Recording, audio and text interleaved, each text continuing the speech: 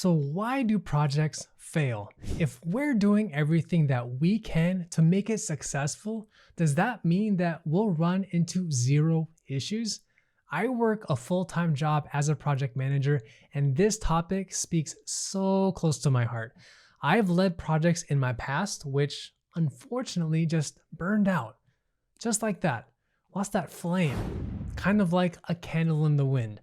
Which, by the way, is one of my favorite songs by Elton John, who inspired me to learn how to play the piano in high school. As we get into this video, I want to hear from you. What is one reason that one of your projects failed in the past?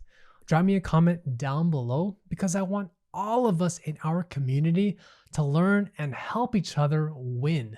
So first, what does it mean for a project to fail? Failure is actually subjective. It depends on your project and the company you're working for. But let me give you a few examples. Your project could fail because you didn't meet the success criteria from your product charter. A failure could also be tied to your project's deliverables. For example, if you're creating a consumer product like an electronic gadget or a software that's used on your phone, and let's say it's not meeting the customer's requirements in terms of its functionality or how it visually looks, then that could be considered another reason for failure.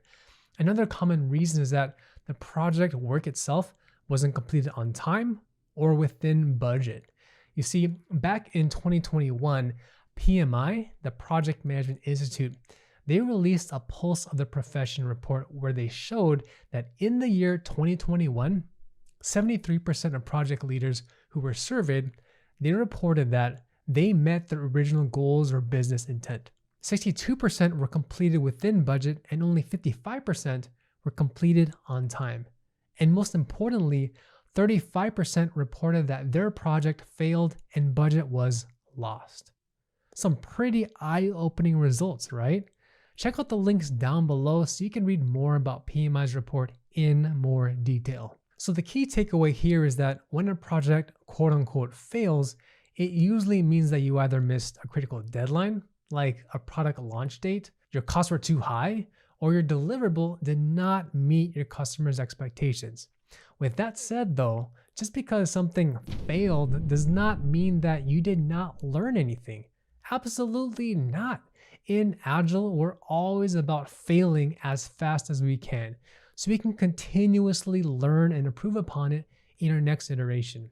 Now, I want to share with you examples of how my projects have gone on the edge of failing and what I've done to overcome those challenges. Reason one, lack of resource availability. This could be tied to the availability of physical material, being able to use certain equipment, or the unavailability of your supplier or your team members during a certain time period. On so many of my own projects, there's always seems to be a time when priorities seem to shift in the company, right? It's natural for a company's priorities to change in response to marketing and new business development. Change happens in the industry. It's kind of like how different actors have changed and they played my favorite superhero, Batman. We have Michael Keaton in the OG Batman movie, to Christian Bale in Batman Begins, to now Robert Pattinson in The Batman. Things change and we need to embrace it. Let me tell you my story. I was managing a project, leading teams across different locations to build a product. Our team consisted of different engineering groups to program and test our software, as well as to design and fabricate the product itself.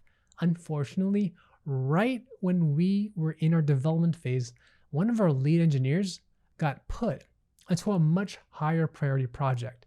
That engineer was no longer available to support my project. Talk about a showstopper, right? Just stop right there.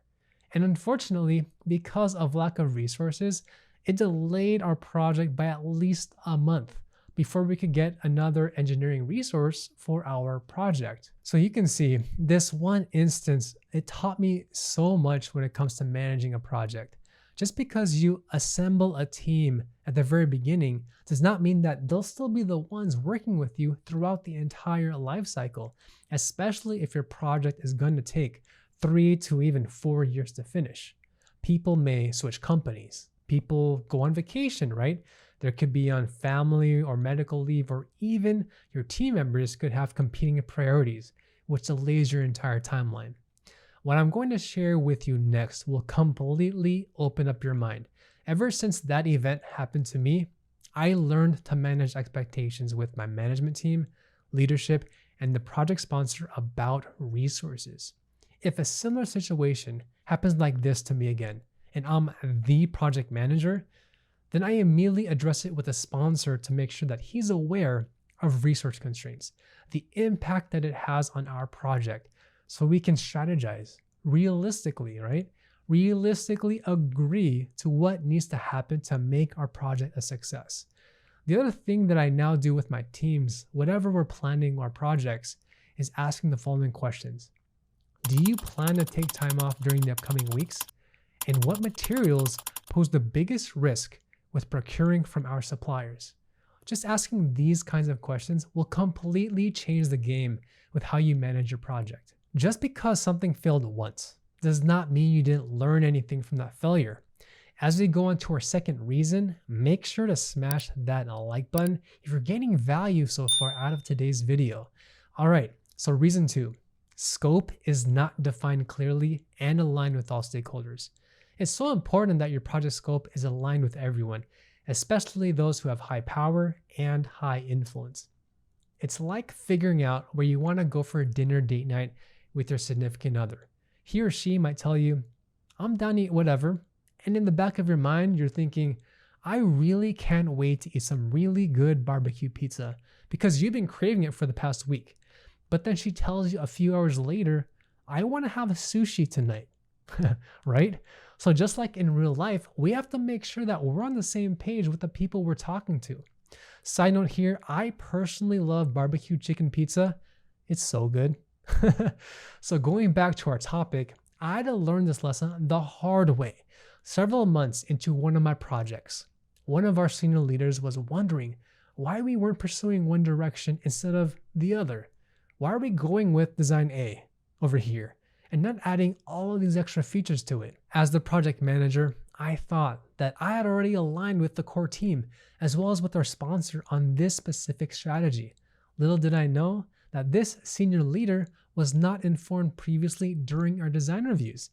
And this unfortunately was a huge mistake on my end. So of course, I immediately pulled out previous discussions and sign-offs from the team and the sponsor, which documented why we pursued design A and decided against adding all these other features. The takeaway here is that I had to align expectations on the strategy for our design with everyone, not just our core team and our sponsor, but also senior leadership, because they absolutely must be informed of how things are going. So wherever you are with your projects, my advice to you is make sure you align expectations with all key stakeholders, especially those who have a high interest or a high influence over your project. You don't want to leave them hanging. All right, so let's talk about reason 3, schedule delays. Raise your hand if you've ever been on a project where your timeline just got pushed back. If you've ever been through this before, post a comment saying the word delayed in the comment section down below. We're going to make this more interactive and fun today. I'm curious if it's not just me who's been on projects where timelines just keep getting delayed. You know, there's a saying in the military that no plan survives contact with the enemy. It's so true, because when we're managing a traditional waterfall project, we do all of this upfront planning, but when the rubber finally hits the road, the plan completely changes. What we estimated would take 2 weeks, guess what? It ends up taking 6 weeks due to limited resource availability, poor communication across teams, or just failing testing activities. For one of my projects, our team, we finally designed our mechanical prototypes. We came up with 3 different options, but when it came time to doing testing, all of our hard work just collapsed, just like that. Some of our prototypes did not meet expectations. After weeks of brainstorming ideas and figuring out designs, we had to start all over again. Just press that reset button. This pushed back our schedule by another month because we needed to create a working prototype ASAP. And this taught me such an important lesson, which is don't give up if something fails right away. Obstacles only make us stronger, and as project managers, it's our duty to keep inspiring and motivating our teams because success, it's literally around that corner. All right, and for our fourth reason why projects fail, this is where you come into play. Share with me in the comments down below one reason why one of your projects has failed in the past. Leave a comment down below, and I look forward to hearing from you. It's so important to master these lessons so you can scale your career and earn an even higher income. To avoid all the mistakes that I've made scaling my career from engineering to project manager, please watch this video next, and I'll see you in the next video.